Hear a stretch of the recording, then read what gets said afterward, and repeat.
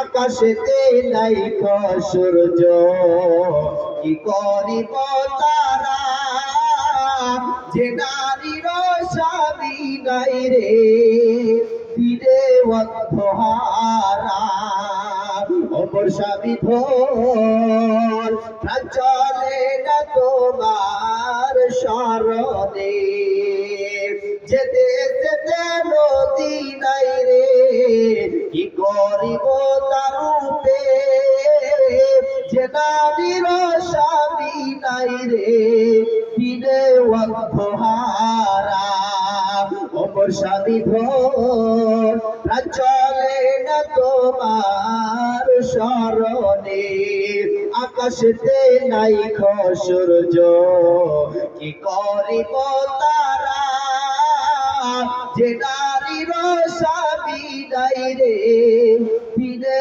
অন্ধহারা। আল্লাহ তিনার স্বামীকে জান্নাতুল ফিরদাউস দান করুন, বলে আল্লাহুম্মা আমিন। যাই হোক, যে কথা বলতেছিলাম, সর্বদা একজন মুমিন ব্যক্তি আল্লাহর প্রতি তাওয়াক্কুল করবে, ভরসা করবে।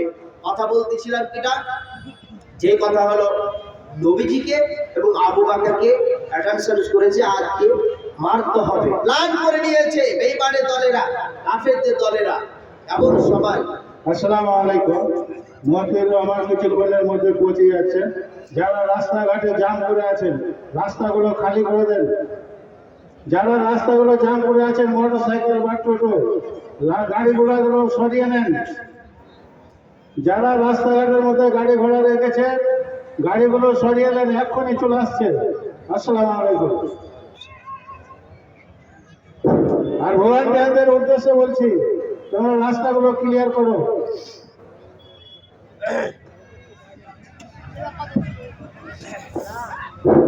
তো যে কথা বলতেছিলাম, কোন কথা? আবু বকর এবং নবীজি জামাই এবং শ্বশুর একই জায়গাতে আছে, এক গর্তের মধ্যে প্রবেশ করেছে। কি করেছে? এক গর্তের মধ্যে প্রবেশ করেছে।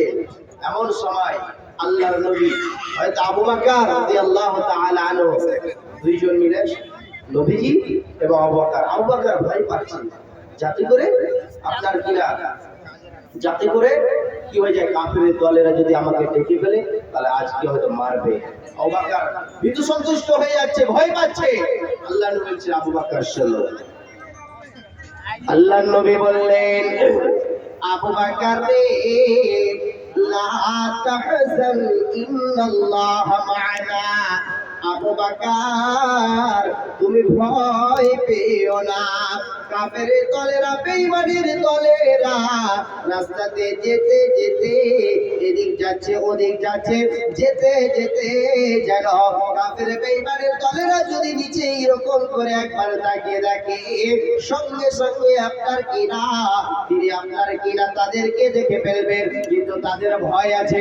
আবু বকরকে আল্লাহর নবী বলছেন, আবু বকর রে, স্বয়ং এই গর্তের মধ্যে আমি আর তুমি নয়, আমার সঙ্গে এবং তোমার সঙ্গে ওপরে যিনি আছেন তিনার নাম আমরা সবাই উচ্চস্বরে বলবো।